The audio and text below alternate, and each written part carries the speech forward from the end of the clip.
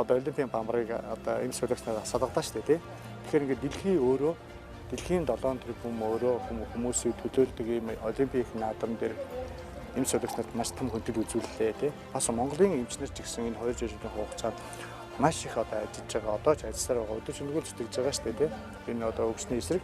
Тэгэхээр өнөөдөр хоёулаа нэг төрсөн нэг эмчийг баярлуул ямар вэ? Өстой гай санаа юм. Яг яхаа аргагүй гол ачаагүй нуруундаа үрж явж байгаа хүмүүс эднэр цар тахлын үед хайртай гэр бүлтэй зарцуулах цагаа арт түмнийхээ төлөө зориулаад бие сэтгэл эрүүл мэндийн үйл хадлаа тэмцэж буй зөвлөгч бэмж жаргалтаа арт түмнийхээ өмнөөс талархал илэрхийлээ. Өргөн брендинг өсгөн хуулагч аливтэгч дэмжих холбооноос гэж өгч байгаа шүү. Баярлалаа. Манай нөгөө брендинг брендинг бид хоёр настай тийм. 2 настай хүүхдээ 4 настай охинтой гэж сонссон. Тэгээд энийг 2 хүүхэдтэй зориулсан байна.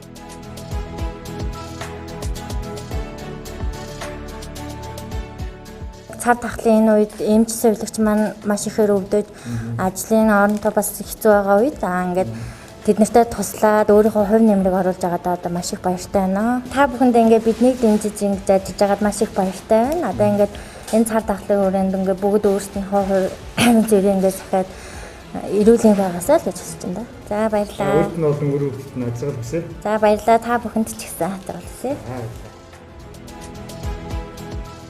Авдаг судлалын үндэсний төвдөр ирлээд ирсэн учир маань энэ 3 сая гаруй монголчуудыг сүүлийн 2 жилийн хугацаанд цар тахал өвчнөөс одоо хамгаалах, үржин сэргийлэх маш олон төрлийн ажлуудад удаан шумууд нэгдүгürt явж байгаа. Эмч сувилагчнаас болоодоо одоо талархлаа илэрхийлж байна. Тэгээд энэ өргөн брэнд болон Монголын баялаг бүтээгчдийг дэмжих холбооноос эмч сувилагч нартаа маш их талархаж хүндэтгэж залбирч байгаа шүү гэдгээ бидний зүгээс хэлхийг хүссэн юм аа. Эмч сувилагчид маань гэр бүлдээ зарцуулах цагаа, өөртөө зарцуулах цагаа, эрүүл мэндээ хамгаалах цагаа бидний төлөө зарцуулж 2 жилийн туршид тусгаарлах туйдаа тусгаарлагдаж үнэхээр ачаалттай үед бүтэн хувцастай ингэж ажиллаж ирсэн эднэрийнхээ одоо хичээл зүтгэл хөдөлмөрийг бол бид бол өөрсдийнхөө одоо ариун цэвэр болонтэй хичээл зүтгэлээр хариулах хэрэгтэй юм аа. Тэгээд энэ хүмүүстээ үнэхээр баярлж байгаа.